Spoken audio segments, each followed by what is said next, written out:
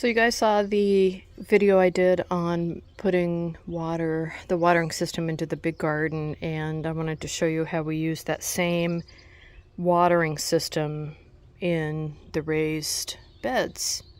Very easy, so easy. So what we did is we took the green tubing, and you remember that, right? That this is the mother tubing. This is where the water runs from the faucet, and then we went through a three-way valve here, so water will go straight through, but it will also go down this way. We used the quick on-off clips that come in the kit and made a circle with the soaker hose, so the water comes up here, it goes straight, but it also diverts down, goes around in a circle. Well, actually it doesn't go in a circle, it goes to the end on that side. So that's the right side. On the left side, the water comes down,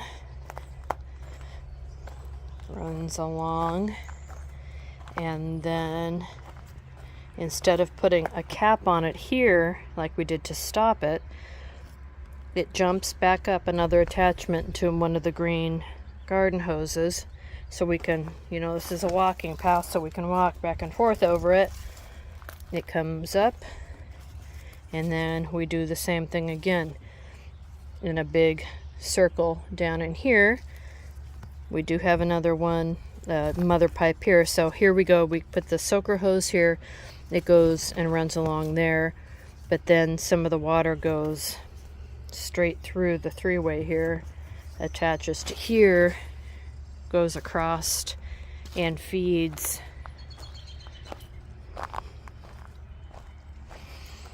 from there. It's kind of like Jenga, isn't it? All the way over here, goes into this bed. You see that right there? Oh, look at all this garlic. Look how big it's getting. And then goes around in a circle. And at this point, it stops on this side, right? So we went from the bed over there, so long bed, shorter bed, and then it stops on this point. So if we go back to the beginning,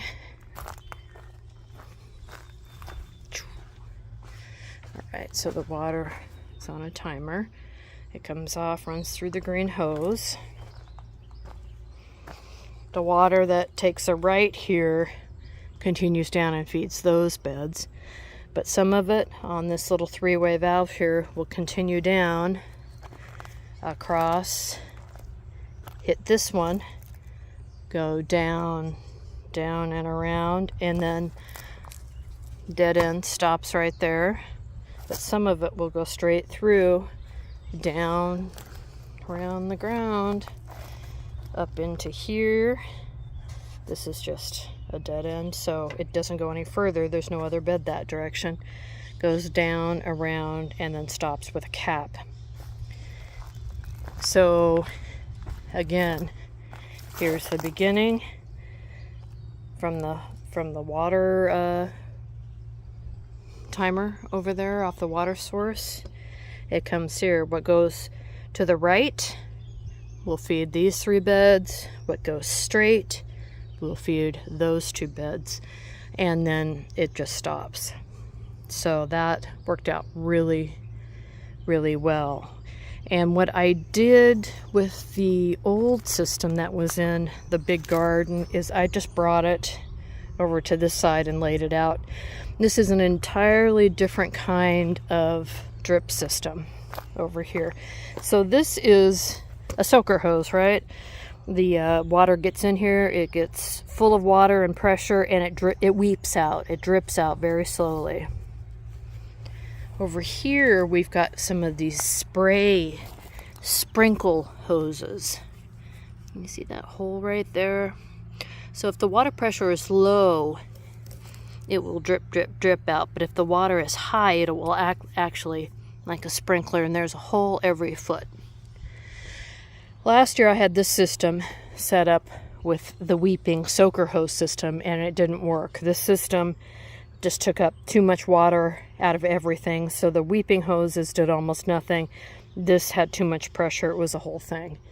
So we decided to just go with the soaker hose system because that's the better system. But then I had this, and it's set up like the one in the big garden. There's a regular hose that comes here off the spigot in the ground. We have the mother hose, which comes down, and then off of that feeds the sprinkler hoses, or if the pressure is low, the drip hose system. So I decided just to use that over here instead of buying another couple kits. It worked out really well. So pretty easy. Reused that system. So this is more like what I have in the big garden, but again, the hoses are different. You don't have to buy a kit to make this kind of system. The three-way nozzles, so it has a nozzle going that way, nozzle going that way, and a nozzle going this way. And you can see we just wired them on. You are supposed to just be able to put the hose on there. They're supposed to clip behind this edge and just stay on, but they kept popping off. I have so much water pressure, and they're just kind of crappy, truthfully.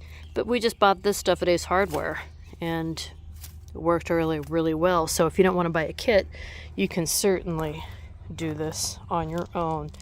So that's just another way we have to water our gardens this year. Again, the overhead watering systems for my veg and fruit, it wasn't working. I just didn't like it. Didn't like everything getting wet from the top down. I wanted things to get wet at the base. And then we've reactivated our little drip system. We do have an in-ground sprinkler system here in this house when we bought it, and then Mr. Old School Prepper has run it all over the place. For example, here's just a little drip that goes to this blueberry.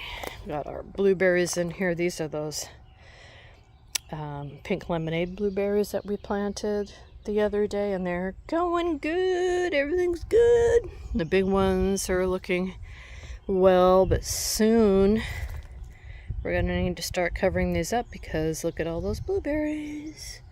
Yes. Every one of these little tinkle shell things, whatever you call that, goes over the top. Will become well, that one wasn't fertilized. Well, should become a blueberry. So anyway, so far so good. Happy about that. All right, on to something else. So let me know if you have any questions about the watering systems.